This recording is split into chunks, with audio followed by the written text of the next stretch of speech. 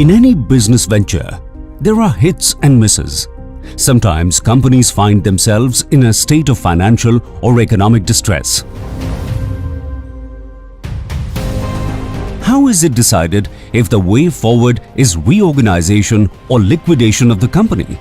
How effective and efficient are the mechanisms in place?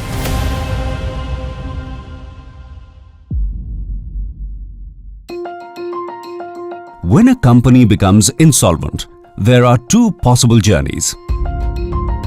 One, there is an attempt to revive the company, restructuring it by handing it over to new and better management. This is called reorganization. In the second, the assets are sold and the money realized is used to pay off creditors and is distributed among various stakeholders. This is liquidation. Which is why the Ministry of Corporate Affairs and IBBI have put together a framework to ensure that the system is more streamlined and efficient.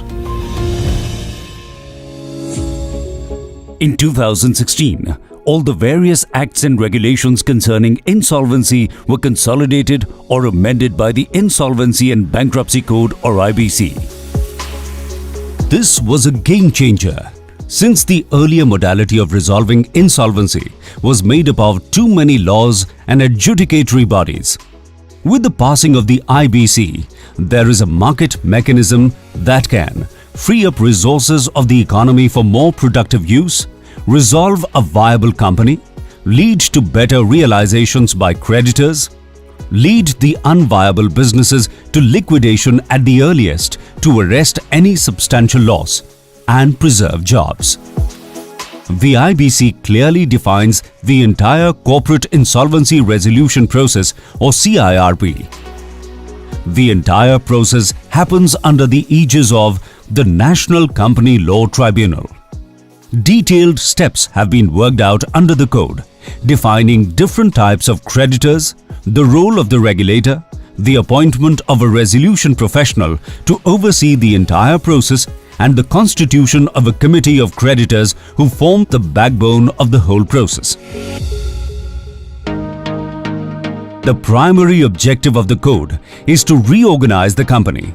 All efforts are made to bring the company back to life. However, the code also empowers the committee of creditors to initiate liquidation if the company cannot be revived. This gives the creditors more flexibility and upholds their commercial wisdom.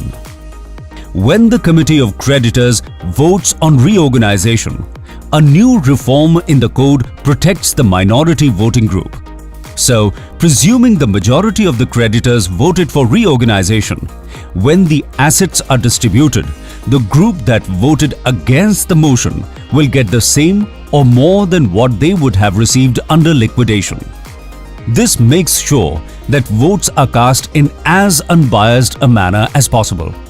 The code strives to keep the debtor company as a going concern through the whole process by allowing the continuation of all essential goods and services and provision of interim finance. A clear time frame of 330 days has been set for the whole process. In 2015, the average time to resolve insolvency was close to 4 years. By 2021, with the IBC in place, it has come down to an average of about 400 days. Many defunct companies have been nursed back to health, and many companies which had no economic value have been liquidated and creditor realizations have improved. This code has not only improved the business climate in the country, it has improved India's ranking in World Bank Doing Business report. In just this area, India's ranking has gone up more than 50 points. The journey has only begun. We still have a long way to go with scope for more improvements. But we are moving in the right direction, promoting entrepreneurship, facilitating ease of doing business, making our economy stronger. The Department for the Promotion of Industry and Internal Trade.